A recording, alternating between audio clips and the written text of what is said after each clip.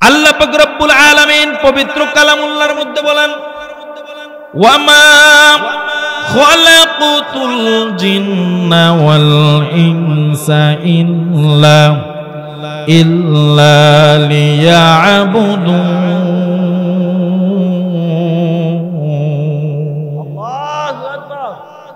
আল্লাহ পাক রব্বুল আলামিন বলেন, মানুষকে আমি সৃষ্টি করি নাই ইল্লা দ্বারা ইসতিসনা করেছে, তবে সৃষ্টি করার একমাত্র উদ্দেশ্য আমি রব্বে কারিমের গোলামি করা। দুনিয়ার জমিনে আমি আপনি যতদিন থাকব ততদিন পর্যন্ত গোলামি চলবে কার? আর আওয়াজ করবে কার? একমাত্র আল্লাহ তাআলার গোলামি করতে হবে। আল্লাহ ছাড়া কাহারও গোলামি করা যাবে নয়। কার না? নামাজের মধ্যে প্রতিদিন আমি আপনি সূরা তেলাওয়াত করি ফাতিহা, নামাজের মধ্যে বলি ইয়াকা না'বুদু, ইয়াকা একমাত্র আপনার ইবাদত করি, আপনি ছাড়া কাহারও গোলামি করি না। ওয়া ইয়াকা নাস্তাঈন, প্রত্যেক রাকাতে আমি আপনি পড়তেছি ইয়াকা না'বুদু ওয়া ইয়াকা নাস্তাঈন। ইয়াকা না'বুদু অর্থ হলো রব্বে কারীম আল্লাহ, একমাত্র আপনার গোলামি করে, আপনি ছাড়া কাহারও গোলামি করি না। ইয়াকা নাস্তাঈন, একমাত্র আপনার কাছে সাহায্য চাই, একমাত্র আপনার কাছে সাহায্য চাই, আপনি ছাড়া কাহারও কাছে সাহায্য চাই না। বান্দা আমি আপনি, বান্দার কাজ হলো বন্দেগী করা, কথা কোন ঠিক কিনা? যতদিন পর্যন্ত দুনিয়ার জমিনে আমি আপনি থাকব ততদিন পর্যন্ত রব্বে কারিমের গোলামি করতে হবে, খেদমত করতে হবে মা বাবার, কথা কোন ঠিক কিনা?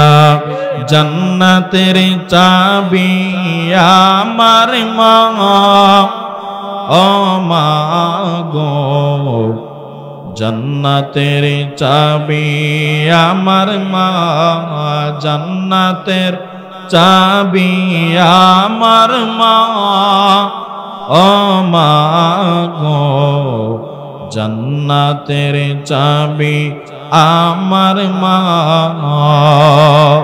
মা যার ভবি নাই তার মতো এতিম নাই, মা যার ভবি নাই তার মতো এতিম নাই, খালা ফুফু মায়ের মতো না, ও না গো, জান্নাতের চাবি আমার মা, জান্নাতের চাবি আমার মা,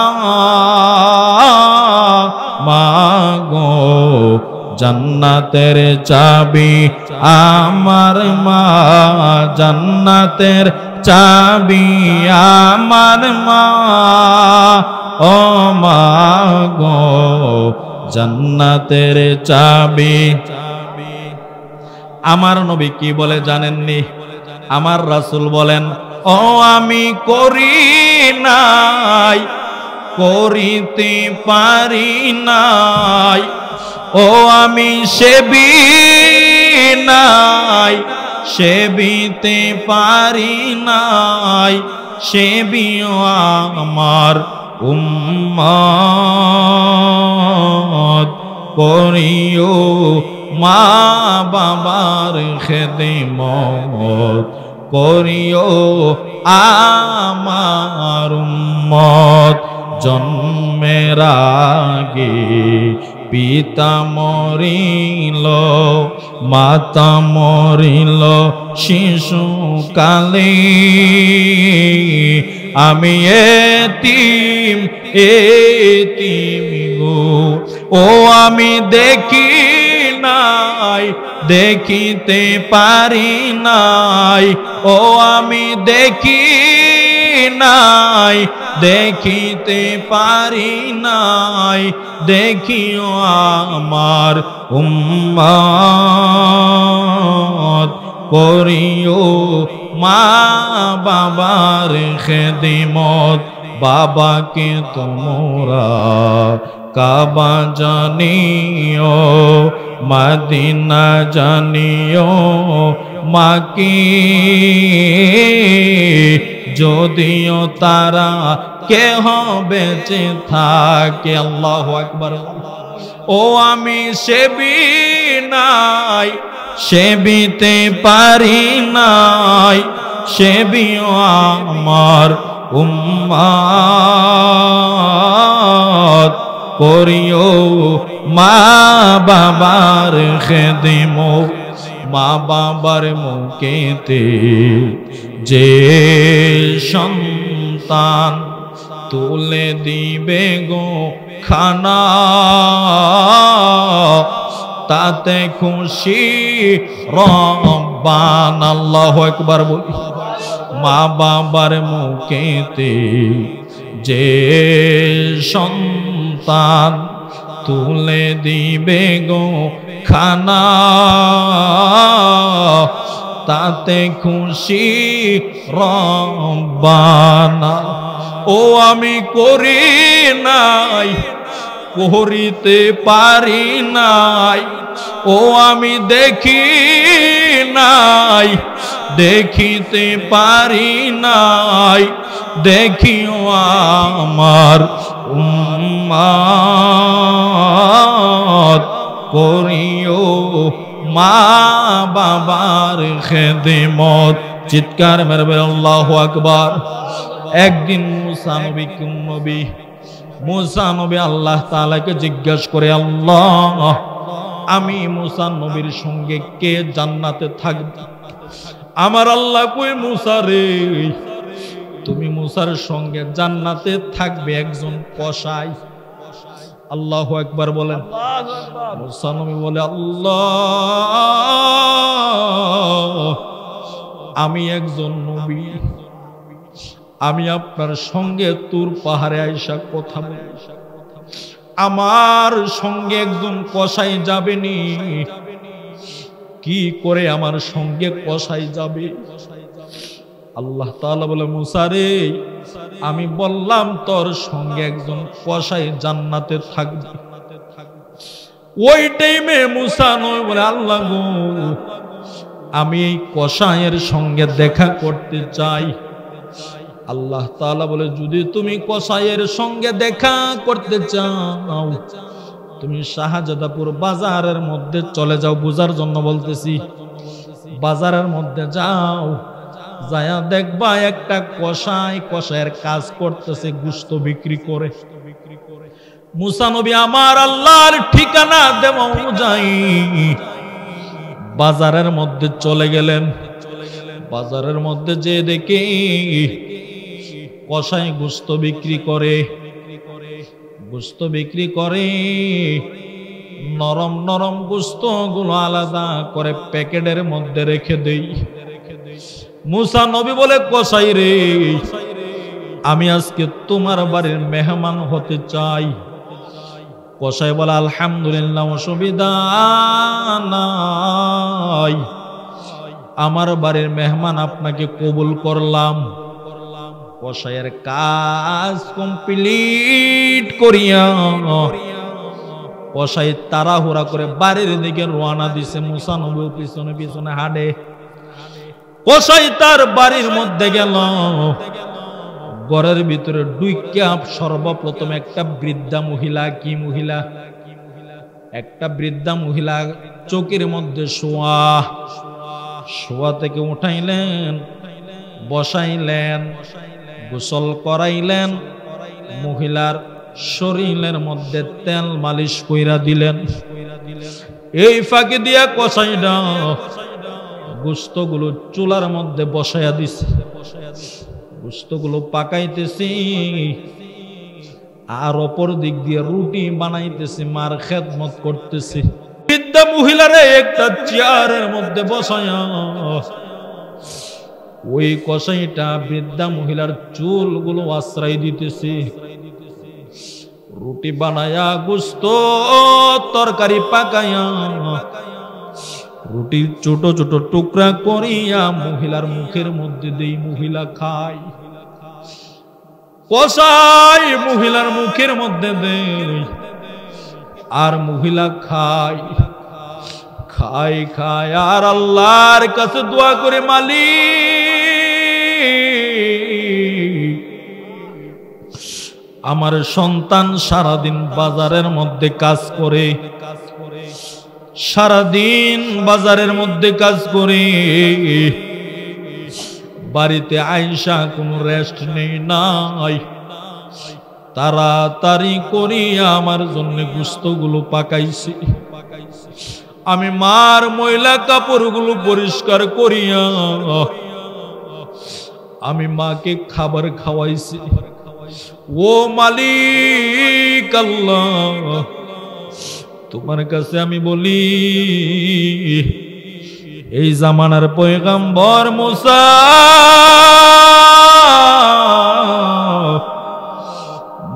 নবীর সাথে আমার সন্তানদের জান্নাতে রাখো।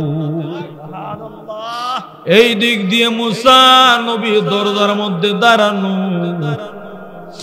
দরজার মধ্যে দাঁড়ায়া দাঁড়ায়া সব ঘটনাগুলো দেখছে। যেই মুহূর্তে মুসা নবী শুনল কসাইয়ের জন্য কসাইয়ের মা দোয়া করেছে, এই দোয়া আল্লাহর দরবারে কবুল হয়ে গেছে। মুসা নবী আমিন বলেছে। আল্লাহু আকবার বলি। মার দোয়া আল্লাহ তাআলার দরবারে কবুল হয়ে যায় একমাত্র মার দোয়ার কারণে। একটা কসাই হইয়া মুসা নবীর সঙ্গে জান্নাতে থাকবি। যে ব্যক্তি মার অন্তরের মধ্যে কষ্ট দিবে রে, জেনে রাখো, শুনে রাখো, যত বড়ই ইমানদার, যত বড়ই নামাজি, যাই কিছু হও না কেন, তোমার ঠিকানা আল্লাহর তৈরি জান্নাতে হয়ে যাইবে। নাউজুবিল্লাহ পড়ি। আমরা সব সময় পীরের কাছে দৌড়াই দোয়া নেওয়ার জন্য, ঠিক কিনা কোন? আমরা হুজুরের কাছে দৌড়াই দোয়া নেওয়ার জন্য, ঠিক কিনা কোন? কিন্তু সব চাইতে বড় পীর মা, কথা কোন, ঠিক কিনা? আপনি স্বীকার করেন আর না করেন, মানেন আর না মানেন, বড় পীর, সবচাইতে বড় পীর আসমানের নিচে জমিনের উপরে তোমার মা, কথা কোন, ঠিক কিনা? ওই মিয়া বেশি বেশি মার কাছে দোয়া চাইবা। পীরের দোয়া কবুল হইতে পারে, নাও হইতে পারে। হুজুরের দোয়া কবুল হইতে পারে, নাও হইতে পারে। আমার দোয়া কবুল হইতে পারে, নাও হইতে পারে। মা যখন কোন সন্তানের জন্য দোয়া করবে, এই দোয়া আল্লাহর দরবারে 100% কবুল, কথা কোন, ঠিক কিনা? 100% কবুল, এই দোয়ার মধ্যে কোনো সন্দেহ নাই, কোনো সন্দেহ নাই। মসজিদের ইমাম সাহেবকে আপনি 100 টাকা হাদিয়া দিয়ে দোয়া চান, পীর সাহেবের কাছে 1000 টাকা হাদিয়া দিয়ে দোয়া চান, আপনার সমস্যার জন্য বিভিন্ন উলামায়ে কেরামের কাছে দোয়া চান। উলামায়ে কেরামের কাছে যাওয়ার আগে যদি মা বাবা থেকে থাকে, মা বাবার কাছে হাদিয়া দিয়ে দোয়া চান। মাকে আপনি 100 টাকা দেন, আম্মা 100 টাকা দিছে, আপনি আমার জন্য দোয়া করবেন, দেখবেন আপনার মা তাহাজ্জুদ নামাজ পড়ে আপনার জন্য দোয়া করবে। আপনার মাকে আপনি 1 প্যাকেট বিস্কিট কিনে দেন, আম্মা আমার জন্য দোয়া করেন, বিস্কিটটি দিছি। আপনার আম্মা আপনার জন্য চোখের পানি ছেড়ে ছেড়ে দোয়া করবে। আমাকে আপনি 1000 টাকা দিবেন, এখন দিবেন, কিছুক্ষণ পরে মনে থাকবে না। আপনার বাবার কবরে আমাকে নিয়ে গেছেন, আমি দোয়া করব, আমার চোখ দিয়ে পানি আসবে না। 1 কোটি টাকা দিল, আমার চোখ দিয়ে পানি আসবে না। আপনার দোয়া যেই কবুল হবে, আমার দেওয়া এই কবুল হবে না। আমার আব্বার জন্য আমি যেইভাবে দোয়া করব, আপনি দোয়া আমার আব্বার জন্য করলে এইভাবে হবে? কোনোদিন হবে না।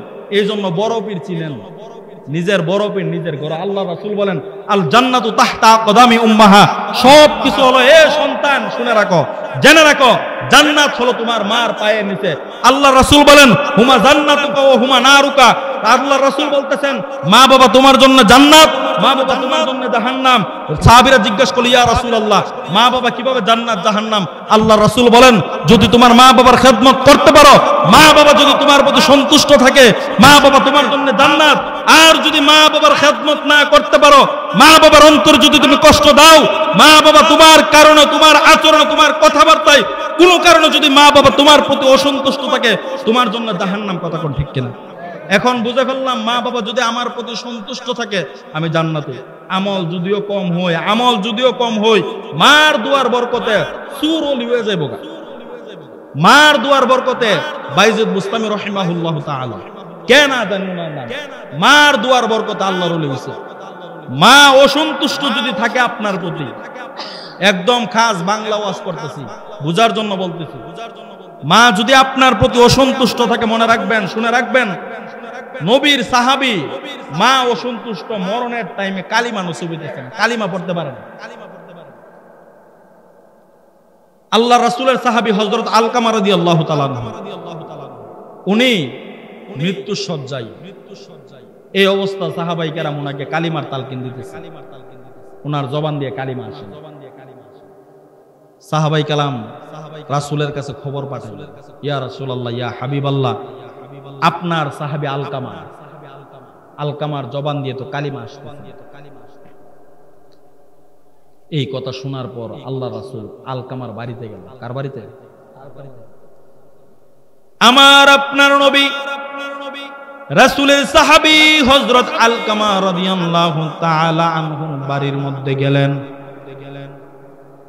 যে আলকামার দিকে তাকায়া দেখে আলকামার জবান দিয়ে কালিমা আসে না অথচ আলকামা আমার নবীর পেছনে নামাজ পড়ে অথচ আলকামা আমার নবীর সাহাবী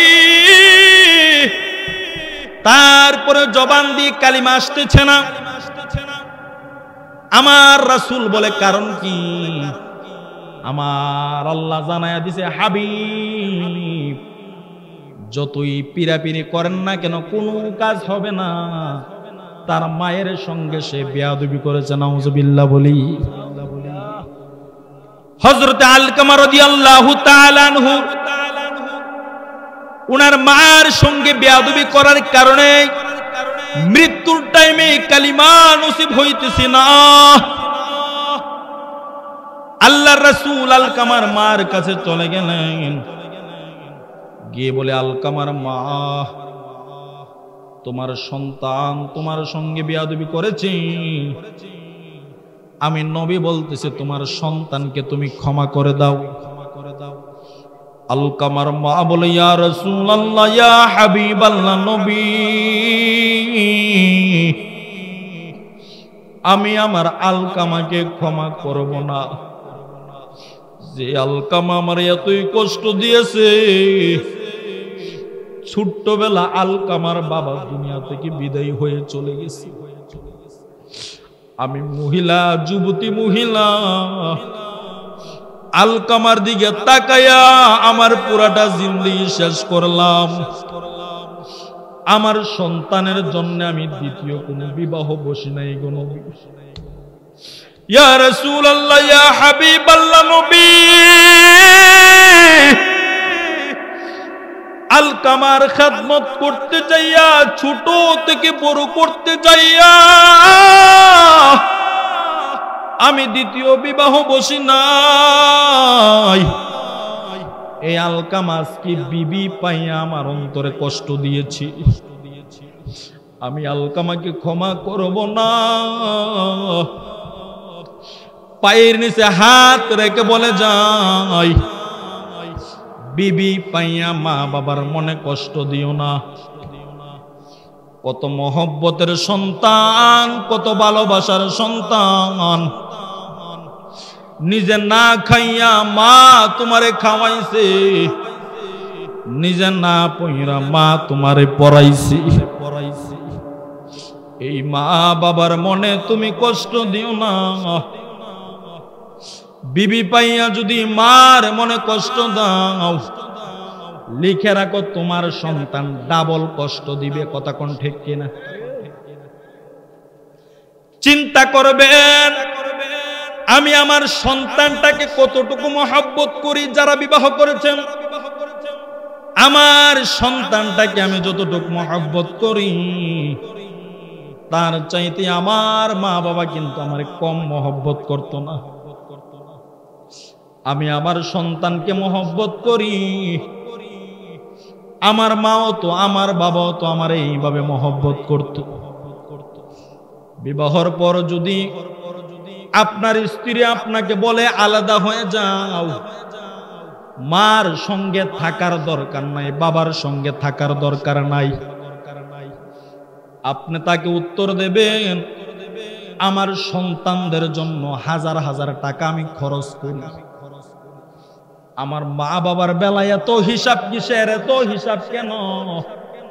খোদার কসম করে বলে যাই, মা বাবার জন্য যদি আপনি প্রতি মাসে 10,000 টাকা খরচ করেন, আল্লাহ পাক রব্বুল আলামিন কোন দিক দিয়ে আপনাকে দিয়ে দেবে আপনি বুঝবেন না। এক লোক বলতেছে আমার মা অসুস্থ, প্রতি মাসে আমার মার জন্য 25,000 টাকা খরচ হইতো, কিন্তু আমার মা এখন দুনিয়াতে নাই। 25,000 টাকা আমার থাকার কথা, কিন্তু এখন সংসারের অভাব আমার যায় না।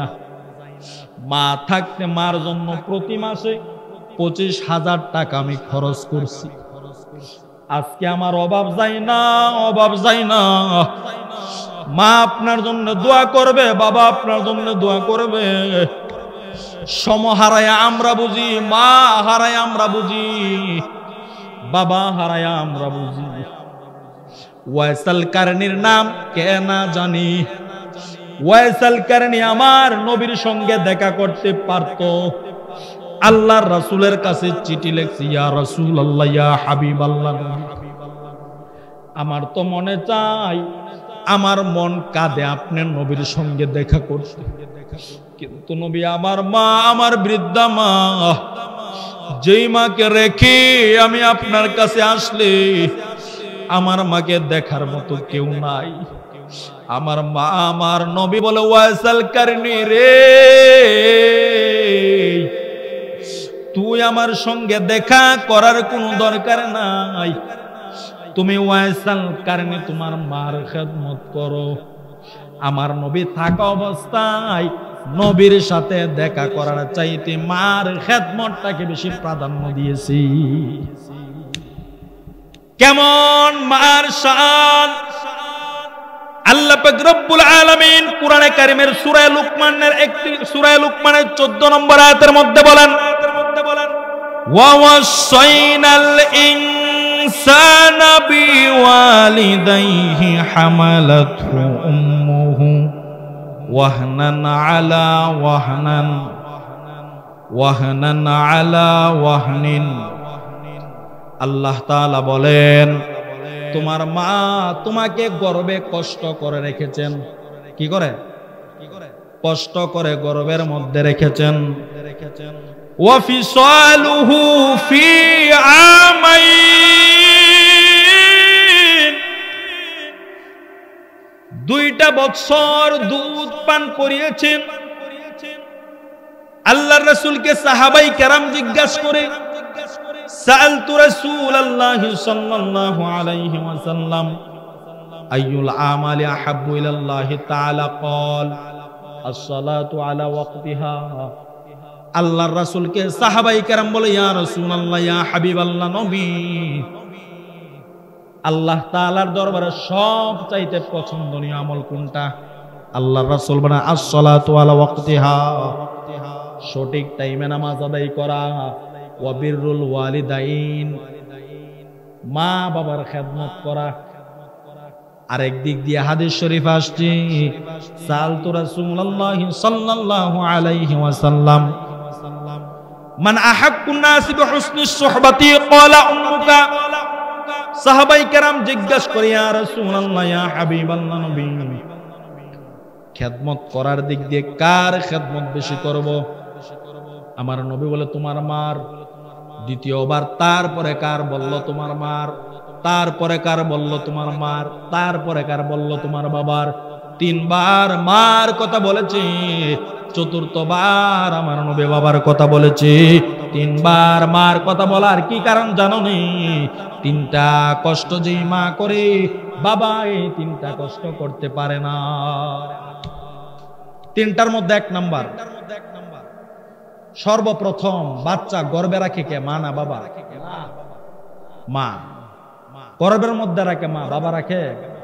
মা গর্ভে রাখে, 1 নাম্বার। 2 নাম্বার, বাচ্চা প্রসব করে মা। আল্লাহু আকবার। প্রসব করার সময় মা বোনদের জীবনের ঝুঁকি, অনেক মা বোন দুনিয়া থেকে বিদায় হয়ে চলে যায় এই অবস্থায়। প্রসব যন্ত্রণা মাই বুঝে, আমরা বুঝবো না এটা, মা বুঝে প্রসব বেদনা কেমন।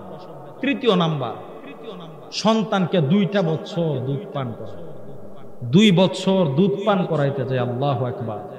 যেই পরিমাণ কষ্ট করে মা, আল্লাহু আকবার, আল্লাহু আকবার।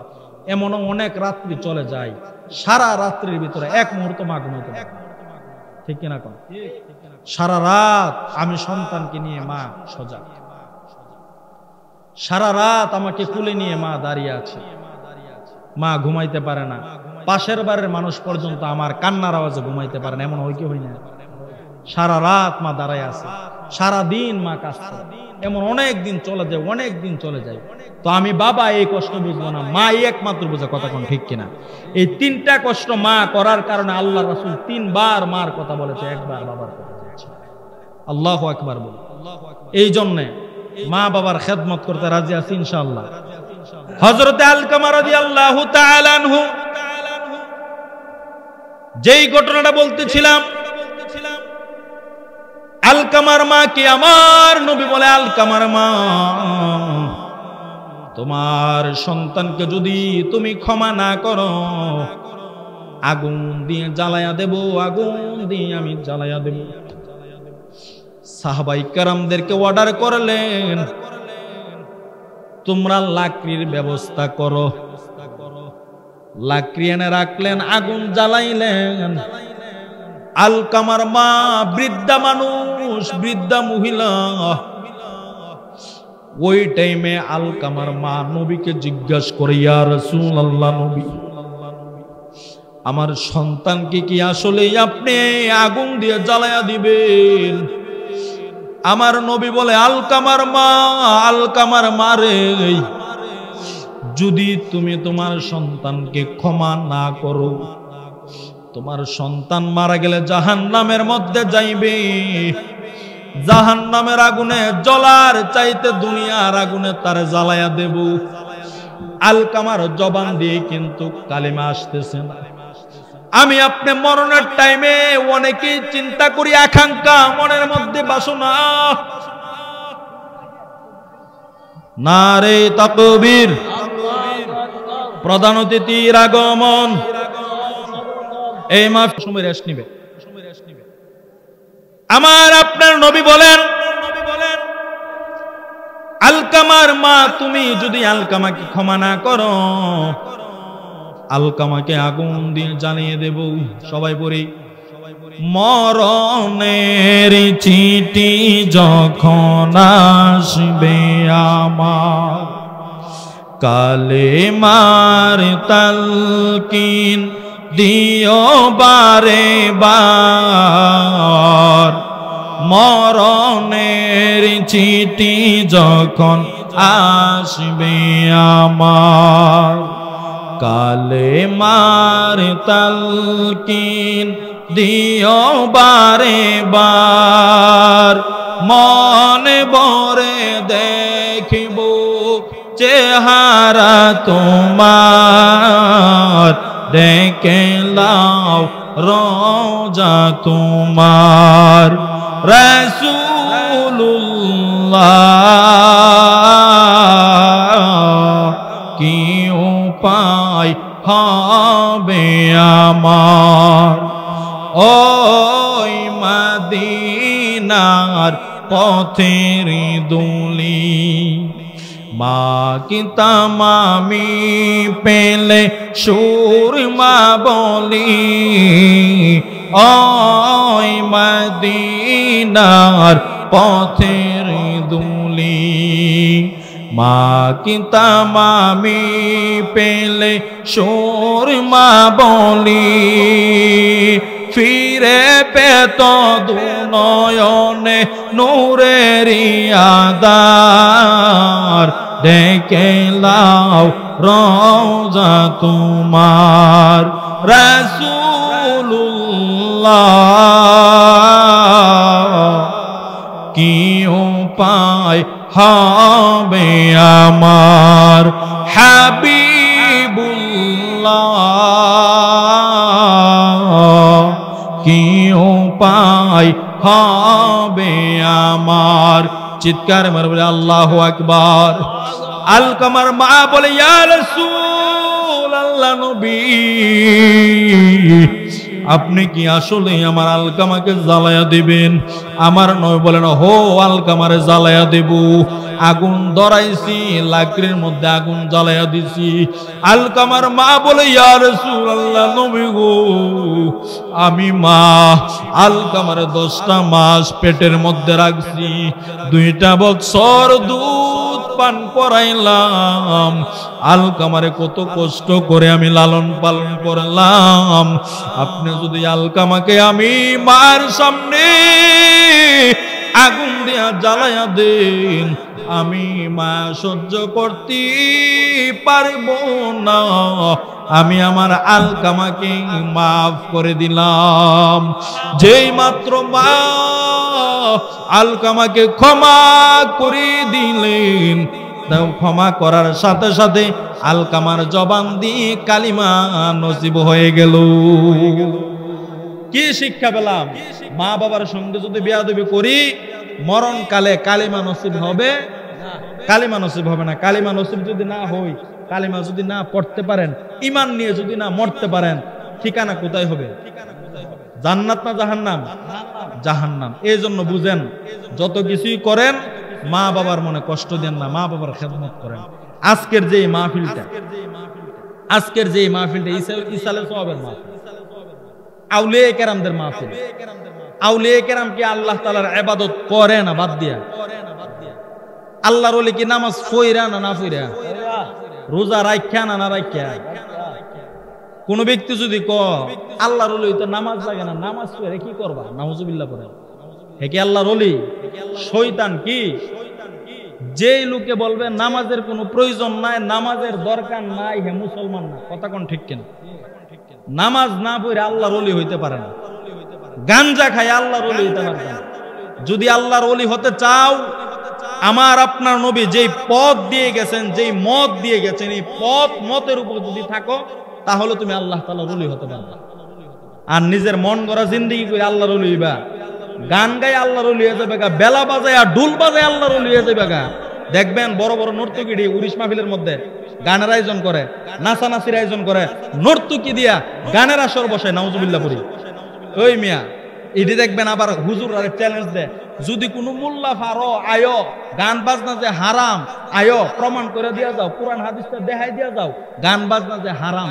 তো আলেম ওলামার ঠেয়া লাগছে তোর মতো ছাগলের কাছে যায় গান বাজনা হারাম প্রমাণ করতো। ওই মিয়া ক্যাম্পাসার তো কই, এই কোন এমবিবিএস থাকলে আমার ওষুধের বুল ধরে দিয়া যাও। এমবিবিএস এর কি টাইম আছে হের মতো ছাগলের কাছে গিয়া হের ওষুধের বুল ধর? এমবিবিএস এরই সময় আছে? এমবিবিএস তুমি প্রেসক্রিপশন লিখতে লিখতে তো হের টাইম নাই। সাফাবাজে কি কইছে, আর রাস্তার মধ্যে দাঁড়াইয়া ওষুধ বিক্রেতা, গাড়ির মধ্যে দাঁড়াইয়া ওষুধ বিক্রেতা, সাফাবাজ, ক্যাম্পাসার কি বলছে, এটা এমবিবিএস শোনার টাইম নেই। ঠিক তদ্রুপ নর্তকী, বাউল শিল্পী এগুলি স্পষ্ট হারাম। যত জায়গার মধ্যে এই ধরনের গানের আসর করবে, এই ধরনের নাচানাচির আসর করবে, মহিলা দিয়ে গানের আসর করবে, স্পষ্ট হারাম। এগুলোকে জুতা দিয়ে বাইরে সোজা করে দিতে হবে। কথা কোন ঠিক কিনা? দেখেন আল্লাহ রাসূলের জিন্দেগির দিকে তাকান। আল্লাহ রাসূলকে এইভাবে স্টেজের মধ্যে দাঁড়ায় গান গাইছে? আল্লাহ রাসূলের কোন সাহাবাই কেরাম, আল্লাহ রাসূল দুনিয়া থেকে বিদায় নেওয়ার পরে কোন সাহাবীরা এইভাবে গান গাইছে? এই গানের আসর করছে? কোন মহিলা নাচাইছে? কোন সাহাবী? তুমি যে কো মোল্লা, তো মোল্লা শরীয়তের মোল্লা। এই শরীয়তের মোল্লা যে কো, শরীয়ত মানে কি বুঝছ তুই? শরীয়ত হলো আল্লাহর রাসূল যা কিছু দিয়ে গেছেন, কোরআন এবং সুন্নাহ, আল্লাহর রাসূল যা বলে গেছেন, এটা হইছে শরীয়ত। তুই যদি শরীয়তের মোল্লা কি বুঝে, শরীয়তের মোল্লা কি বুঝে বললে তুমি আল্লাহর রাসূলের সঙ্গে তুমি নাফরমানি করছো। আল্লাহর রাসূল যা বলছে এটাই তো হাদিস, আল্লাহ তাআলা যা বলছে এটাই তো কোরআন। সাধারণ জ্ঞান দিয়ে বুঝেন, বুঝার জন্য বলতেছি। আমার বাবার অথবা আপনার বাবার কবরের সামনে যদি, কবরের পাশে যদি কোন একটা মহিলা আনে গান গাওয়ার জন্য, এনের কেউ মানবেন নেই? কইবেন তুই গান গালি গা, তোর বাইত গা, আমার বাপের কবরের সামনে আইছত করে। তো আপনার বাবার কবরের সামনে যদি আপনি মহিলা দিয়ে, নর্তকী দিয়ে নাচাইতে না পারেন, আল্লাহর ওলির মাজারের পাশে কিভাবে আপনি মহিলা দিয়ে নাচবেন? কিভাবে আপনি গান আইছে করতে? তো বলি শুনেন, গান আইছে করতে। আল্লাহর রাসূল যখন কোরআন তেলাওয়াত করত, কোরআনে কারিমের এত মধুর সুর, এত মধুর সুর, যত আবু লাহাব, আবু জাহেল, উতবা, সাইবা, তারা করতে কি রাসূলের কোরআন তেলাওয়াত দাঁড়ায় দাঁড়ায় শুনতো। বুঝেন, বুঝার জন্য বলতেছি, দাঁড়ায় দাঁড়ায় কোরআন তেলাওয়াত শুনতো। তো মক্কার অনেক মুশরিকরা তারাও পর্যন্ত আল্লাহ রাসূলের কোরআন তেলাওয়াতের এত মধুর কণ্ঠ, আল্লাহ রাসূল আল্লাহু আকবার, সবাই আয়েশা শুনতো। এখন তারা বলতেছে, হায় রে, মুহাম্মদ যে বাপদাদার ধর্মের মধ্যে চুনকালি লাগাইছে, মুহাম্মদ তো কোরআন তেলাওয়াত করে, আর কোরআন তেলাওয়াতের আওয়াজ শুনবার লাগিয়া তো সব বেদিনডি মুহাম্মদের কাছে চলে যায়। এখন তো মুহাম্মদের ধর্ম সবাই পালন করে ফেলবে। মনোযোগ, মনোযোগ দেন মিয়া, মুহাম্মদের ধর্মের অনুসারী তো সবাই হয়ে যাবে। এখন একটা ব্যবস্থা করতে হবে যাতে মুহাম্মদের কোরআন তেলাওয়াত থেকে তাদেরকে সরানো যায়। এই টাইমে মনে রাখবেন, নজর বিন হারেস, নাম কি? নজর বিন হারেস, হে বলছে আমি একটা ব্যবস্থা করুন। কি ব্যবস্থা? ব্যবস্থা হইল আমি শাম দেশ থেকে নর্তুকি আনুম, নর্তুকি গানের আসর দুমু। আমাদের দলের যারা বেদিন আছে, মুহাম্মদের ধর্মে নাই, মুহাম্মদ কোরআন তেলাওয়াত করবে, আর আমার বাড়ির মধ্যে গানের আসর দেব। নর্তুকিরা গান গাইবে, আমার দলের লোকেরা, বেদিনেরা, আমার ধর্মের লোকেরা বসে বসে গান শুনবে, মুহাম্মদের ধর্মের কাছে যাবে না।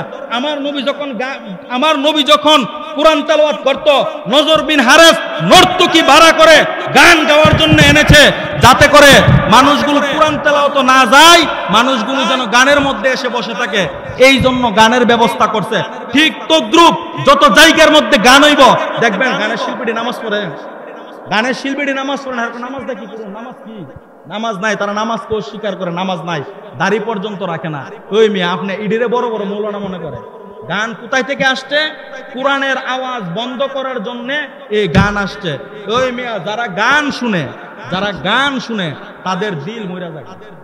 এখন বলতে পারেন, হুজুর অনেক শিল্পী তো গান যে গা, হেরার গান শুনে সোহেদা ফানি আইনিও।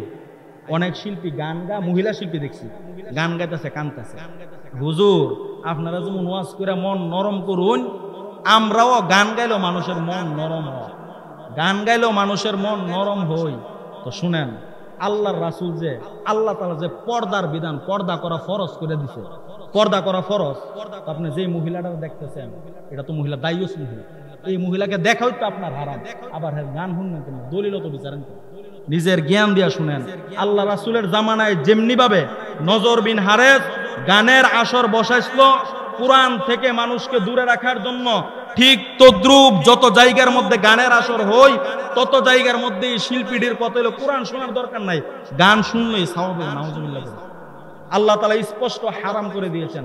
হারামকে হারাম বলবেন, হালালকে হালাল বলবেন। হালালকে যদি হারাম কন, ঈমান যাইবো গা। হারামকে যদি হালাল কন, ঈমান যাইবো গা। কুত্তার গোশত খাওয়া হারাম, আমি যদি কই হালাল, আমার ঈমান থাকবে, স্পষ্ট ঈমান চলে যাবে, স্পষ্ট আমার ঈমান চলে যাবে। এই জন্যে আল্লাহর ওলি যারা হইছে নামাজ পড়া, যেমন দেখেন কাজা কুতুবউদ্দিন বখতিয়ার খাকি রহমাতুল্লাহি আলাইহি, কথা কোন করে? কাজা কুতুবউদ্দিন রহমাতুল্লাহি আলাইহি, বখতিয়ার খাকি রহমাতুল্লাহি আলাইহি, উনি ইন্তিকালের আগ মুহূর্তে, উনার মুরিদানদেরকে বলে গেছেন, আমি যখন ইন্তিকাল করব, আমার নামাজে জানাজা যেই ব্যক্তি পড়বে তার মধ্যে 4টা গুণ থাকতে হবে। কয়টা গুণ? 4টা গুণ থাকতে হবে। যদি 4 গুণ বিশিষ্টওয়ালা কোন লোক পাও, তাহলে তাকে দিয়ে আমার জানাজার নামাজ পড়াইবা, আর নয়তো পড়াইবা না। বিশাল বড় আল্লাহর লক্ষ লক্ষ মুরিদান যার ছিল, খাজা কুতুবউদ্দিন বখতিয়ার খাকি রহমাতুল্লাহ আলাইহি। সংক্ষেপে বলতেছি, 1 নাম্বার গুণ কি? যেই ব্যক্তির জীবনে কোনোদিন তাহাজ্জুদ নামাজ ছুটছে না, আল্লাহু আকবার বলুন। যেই ব্যক্তি জীবনে কোনোদিন বেগানা নারীর দিকে তাকাইছে না, যে ব্যক্তির জীবনে কোনোদিন আসরের সুন্নত নামাজ কাজা হইছে না, চিন্তা করছেন? যে ব্যক্তির জীবনে কোনোদিন তাকবীরে উলা ছুটে নাই, এমন ব্যক্তি দিয়ে আমার জানাজার নামাজ পড়ে পাওয়া যাবে নি? জামানা আসেনি এমন লোক যার বলতেছে আমি জানাজার নামাজ পড়াইবো, জানাজার নামাজ পড়াইলো, পড়াইয়া মুখ ডাইকা চলে যাবে। এই টাইমে বলছে, হুজুর আপনি দাঁড়ান, আপনি বলেন কে? বলছে না, আমার পরিচয় আমি দিতাম না। বলছে, পরিচয় যদি না দেন, আগামীকালকে তো আমাদেরকে ধরবে, তার জানাজা কে পড়াইছে, আমরা কি বলবো, কি উত্তর দেব? আপনার পরিচয় দেন। পরিচয় মুখ ঢাকা ছিল, মুখ খুলে দেখে ওই জামানার বাদশাহ শামসুদ্দিন আলতামাশ রহমাতুল্লাহ, ওই জামানার বাদশাহ শামসুদ্দিন আলতামাশ রহমাতুল্লাহ। চিন্তা করছেন কেমন বাদশাহ ছিল? জীবনে তাহাজ্জুদ ছুটছে না, পরনারের দিকে তাকাইছে না। আল্লাহু আকবার। ওনারা ছিল আল্লাহর ওলি। আল্লাহর ওলি যারা হবে, 5 ওয়াক্ত নামাজ অবশ্যই লাগবে। ইশরাক, আওয়াবিন, তাহাজ্জুদ, কোরআন তেলাওয়াত, জিকির আজকার এইগুলো বেশি বেশি যদি করতে পারেন তাহলে আপনি আল্লাহর ওলি। একজন রিকশার ড্রাইভার যদি চেষ্টা করে আমি বুজুর্গানে দিন হব, আমি আল্লাহ তাআলার খাঁটি বান্দা হব, পারবে, কোনো অসুবিধা নাই। কিভাবে পারবেন? মিথ্যা কথা বলতে পারবেন না, সুদ খাইতে পারবেন না। আল্লাহ তাআলা মাফ করুক, সুদ এমন এক অবস্থা হয়ে গেছে। আমি মসজিদের ইমাম সাহেব, আমি মানুষকে বয়ান করে সুদের বিরুদ্ধে ওয়াজ করে বুঝাই, আমার স্ত্রী সুদ লাগা, এমন আছে না নাই? দেখবেন আমি নিজেও জানি না আমার বউ যে সুদ লাগা, এমন অবস্থা হয়ে গেছে এখন। আমি নিজে ইমাম সাহেব, আমার বউ মিয়া দেখবেন সুদ লাগাইতেছে, আমি নিজেও কইতে পারি না, এমন এমন বর্তমান পরিস্থিতি চলতেছে।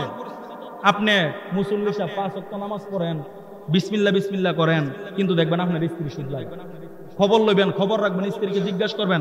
মহিলাদের খুব খারাপ বদ অভ্যাস এগুলো। স্বামীর পকেট থেকে 10 টাকা 5 টাকা চুরি করে করে রাখবো, রাইকা 2000 3000 10,000 টাকা হয়েছে, এটা দেখবেন সুদি লাগাই আছে না নাই?